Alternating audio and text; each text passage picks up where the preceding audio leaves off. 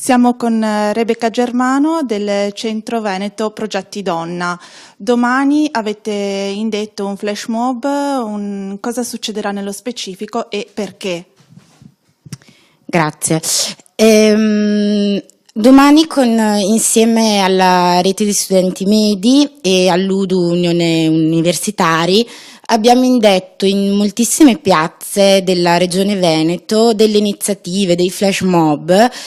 contro i tagli, il dimezzamento dei fondi che la Regione Veneto prevede per l'anno 2014 appunto per le strutture, i centri antiviolenza.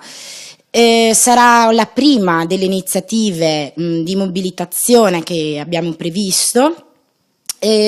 proprio in virtù del fatto che se già i fondi, che peraltro non sono ancora arrivati, del 2013 erano insufficienti per rispondere all'emersione di questo fenomeno sempre più crescente, il dimezzamento di questi da 400.000 euro a 200.000 euro è chiaramente un segno di forte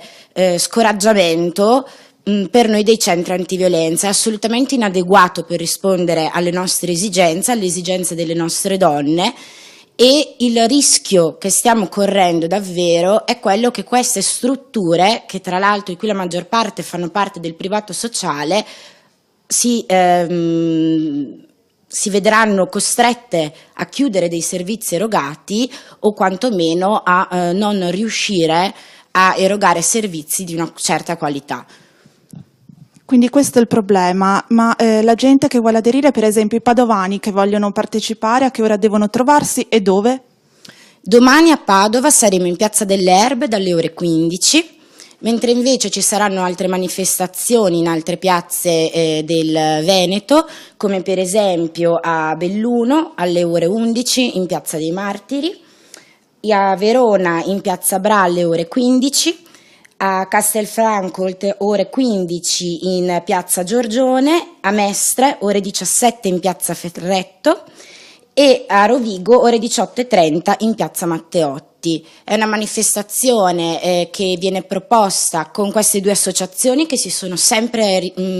viste sensibili nei confronti di questa tematica, tanto che hanno promosso una campagna nel 2013